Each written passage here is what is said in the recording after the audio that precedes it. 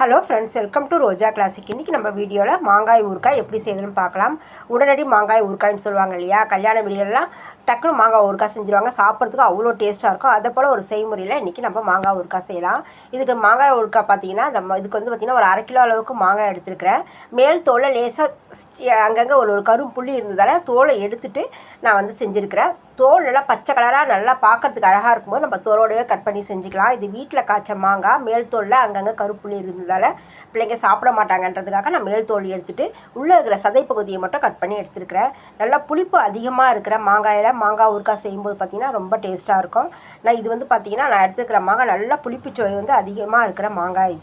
இது வந்து நம்ம எடுத்து வச்சுருக்கிறோம். இதுக்கு பார்த்திங்கன்னா நான் வந்து ஒரு 2 ஸ்பூன் அளவுக்கு கல்லுப்பு சேர்த்துக்கிறேன். பொதுவாக மாங்காய் ஊறுகாய்க்கு கல்லுப்பு தான் சேர்க்கணும். அடுத்து இதில் தனி மிளகாத்தூள் மெஷர்மெண்ட் கப்பில் 1/4 கப்பில் நான் 2 கப் அளவுக்கு இதில் தனி மிளகாத்தூள் சேர்க்குறேன். நம்ம எடுத்துருக்கிற மாங்காய்க்கு தகுந்த போல் மிளகாத்தூளும் சேர்த்தா தான் வந்து பார்த்திங்கன்னா அந்த ஊறுகாயோடைய டேஸ்ட் வந்து நல்லாயிருக்கும்.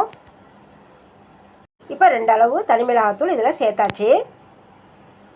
உப்புமே பார்த்திங்கன்னா ஊறுகாய்க்கு கல் உப்பு தான் சேர்க்கணும், சால்ட் உப்பு சேர்க்கக்கூடாது. அது மட்டும் இல்லாமல் நம்ம ஊறுகாயை 1 வருஷமாக வச்சு யூஸ் பண்ண போகிறோன்றதுக்கு பார்த்திங்கன்னா கல் உப்பு பார்த்திங்கன்னா நிறையவே சேர்க்கணும். நல்லா ஒரு கைப்பிடி அளவுக்கு சேர்க்கணும். நம்ம எடுத்துக்கிற மாங்காய்க்கு நம்ம செஞ்சுருக்கிற இந்த மாங்காய் ஊறுகாய் பார்த்திங்கன்னா நம்ம உடனடியாக சாப்பிட்றதுக்காக இன்ஸ்டன்ட் ஊறுகாய் கல்யாண பந்தியெல்லாம் வைப்பாங்க இல்லையா, அதை போல் ஒரு ஊறுகாய் செய்முறையில் தான் நம்ம செய்கிறோம். அதனால் நான் ஒரு 2 ஸ்பூன் அளவுக்கு நம்ம உப்பு சேர்த்துருக்கிறேன்.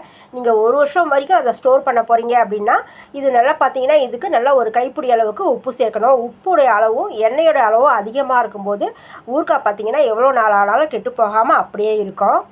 இப்போ இது ஒரு பக்கம் இருக்கட்டும். அடுத்து நான் அடுப்பில் ஒரு பேன் வச்சுருக்கிறேன். பேனில் பார்த்திங்கன்னா ஒரு 2 ஸ்பூன் அளவுக்கு கடுகு சேர்த்துறேன்.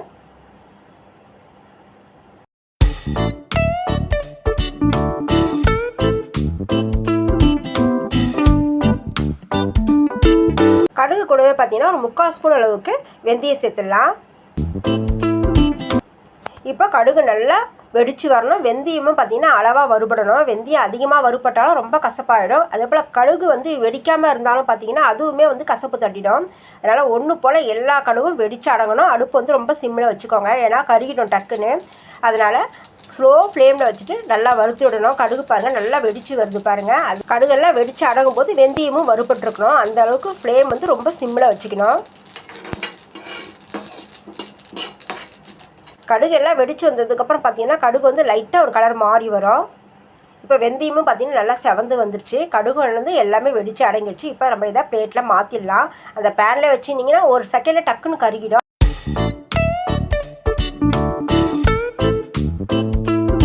நல்லா வறுபடுறது நான் உடனே ஸ்டவ் ஆஃப் பண்ணிட்டு இதை வந்து நம்ம தட்டில் உடனே மாற்றிடலாம். இது நல்லா ஆறுனதும் மிக்ஸி ஜாரில் சேர்த்து நம்ம அரைச்சி எடுத்துகிட்டு வந்துடலாம்.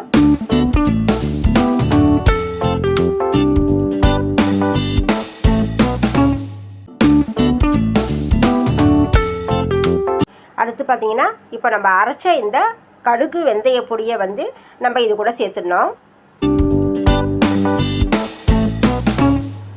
கூடவே பார்த்திங்கன்னா நல்லா 1 ஸ்பூன் அளவுக்கு பெருங்காயத்தூளை சேர்த்துக்கலாம்.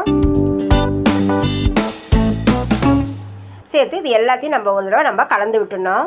நான் வந்து கரண்டி காம்பு வச்சு ஒரு தடவை நல்லா மிக்ஸ் பண்ணி விடுறேன். உப்பு மிளகாத்தூள் நம்ம அரைச்ச சேர்த்த கடுகு பொடி எல்லாமே சேர்த்து நல்லா கலந்து வரணும். கலந்து விட்டுட்டு நல்லா வந்து ஊறுகாயை வந்து நல்லா இப்படி குலுக்கி விடணும். அப்போ தான் வந்து எல்லா மாங்காயோடையும் பார்த்திங்கன்னா இந்த மிளகாத்தூள்லாம் கலந்து நல்லா மிக்ஸ் ஆகி வரும்.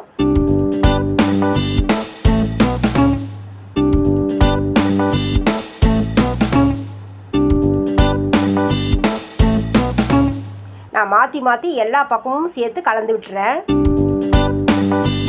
இப்போ எல்லாம் கலந்து விட்டாச்சு. இப்போ இதுக்கு ஒரு தாளிப்பு கொடுத்துடலாம். தாளிப்பு பார்த்திங்கன்னா நல்லெண்ணெயில் தான் வந்து ஊறுகாய்க்கு வந்து தாளிப்பு கொடுக்கணும். எண்ணெய்ன்னு பார்த்திங்கன்னா நான் ஒரு 100 கிராம் அளவுக்கு எண்ணெய் சேர்த்துருக்கிறேன். இது வந்து ஒரு 20 நாள் வரைக்கும் வச்சு யூஸ் பண்ணுறதுக்காக நான் சேர்த்துருக்கிறேன். இதுவே நீங்கள் 1 வருஷம் வரைக்கும் வச்சு யூஸ் பண்ணணுன்னா நம்ம எடுத்த அந்த ஊறுகாய்க்கு பார்த்திங்கன்னா ஒரு 300 ml அளவுக்கு எண்ணெய் சேர்க்கணும்.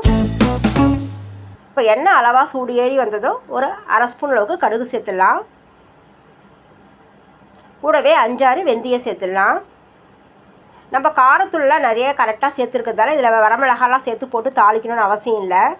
இந்த கடுகு வெடித்து வெந்தயம் நல்லா மணமாக வாசனை வர வரைக்கும் இந்த எண்ணெய் சூடு ஏறினா போதும். பொதுவாக ஊறுகாய் வந்து நம்ம கண்டெய்னரில் சேர்க்கும்போது பார்த்திங்கன்னா அதுக்கு மேலே ஒரு 1 இன்ச் அளவுக்கு எண்ணெய் அப்படியே நின்னா தான் வந்து பார்த்திங்கன்னா அந்த ஊறுகாய் கெடாமல் 1 வருஷம் வரைக்கும் வச்சு யூஸ் பண்ண முடியும். அடுத்து இதில் ஒரு கொத்து அளவுக்கு கருவேப்பிலை சேர்த்துட்டு இப்போ நம்ம ஸ்டவ்வை ஆஃப் பண்ணிடலாம். ஒரு 2 நிமிஷத்துக்கு இந்த எண்ணெய் வந்து ஒரு மிதமான சூடு வர வரைக்கும் கொஞ்சம் நேரம் வெயிட் பண்ணிவிட்டு கொதிக்கிற நிலையில் வந்து கொஞ்சம் நேரம் வெயிட் பண்ணதுக்கப்புறம் தான் இதில் சேர்க்கணும். நம்ம அப்படியே கொதிக்கிற எண்ணெய் கொண்டு வந்து சேர்த்துட்டிங்கன்னா டக்குன்னு வந்து இந்த மிளகாத்தூள் வந்து கருப்பாயிடும், கருகிடும். அதனால் ஒரு 2 நிமிஷத்துக்கு கொஞ்சம் நேரம் அப்படியே வெயிட் பண்ணிவிட்டு இந்த தாளிப்பை இதில் சேர்த்துடலாம். சேர்த்துட்டு நம்ம எல்லாமே மறுபடியும் எல்லாத்தையும் ஒன்றா சேர்த்து கலந்து விட்டுடணும்.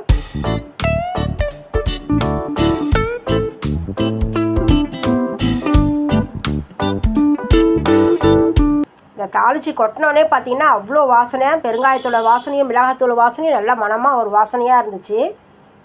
இப்போ நம்ம எல்லாமே சேர்த்து கலந்து விட்டுடலாம்.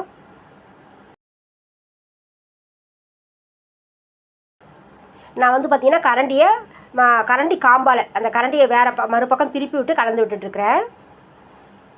எல்லா பக்கமுமே வந்து எண்ணெய் நல்லா கலந்து வர்ற போல் கலந்து விடணும்.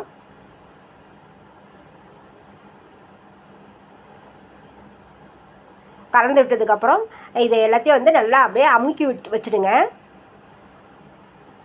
இதை போல் அமுக்கி வச்சு கொஞ்சம் நேரத்துக்கு மூடி போட்டு ஒரு 4-5 மணி நேரத்துக்கு அப்புறம் வந்து பார்க்கலாம். இதை போல் நீங்கள் ஊறுகாயை ரெடி பண்ணிவிட்டு மூடி போட்டு விட்டுட்டிங்கன்னா ஒரு 20 நாளைக்கு இந்த ஊறுகாய் பிரச்சனையே இருக்காது. நம்ம இன்ஸ்டண்ட்டாக யூஸ் பண்ணிக்கலாம். தயிர் சாதம், ரசம் சாதம், சாம்பார் சாதத்துக்கு எல்லாத்துக்குமே வந்து பார்த்திங்கன்னா ஊறுகாய் காம்பினேஷன் நல்லாயிருக்கும். இது வெறுமனே வெள்ளை சாதத்தில் எடுத்து போட்டு பிசைஞ்சு சாப்பிட்டாலும் பார்த்திங்கன்னா நல்லா சாப்பிட்றதுக்கு ரொம்ப ருசியாக இருக்கும். இப்போ இதனுடைய கம்ப்ளீட்டாக என்னுடைய சூடு குறையிற வரைக்கும் நீங்கள் ஓப்பன்லேயே வச்சுருங்க. நல்லா ஆறுனதுக்கப்புறம் தான் மூடி போட்டு மூடி விடணும். நான் நல்லா சூடு குறைஞ்சதுக்கப்புறம் அந்த மூடி போட்டு மூடி விட்டுறேன்.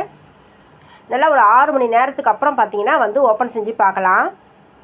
இங்கே பாருங்கள், ஒரு 6 மணி நேரத்துக்கு அப்புறம் நான் ஓப்பன் செய்கிறேன். நல்லா ஊறுகாய் வந்து நல்லா மிளகாத்தூளோட ஊறி தனியாக எண்ணெய் வந்து தனியாக பிரிஞ்சு வந்திருக்குது பாருங்கள்.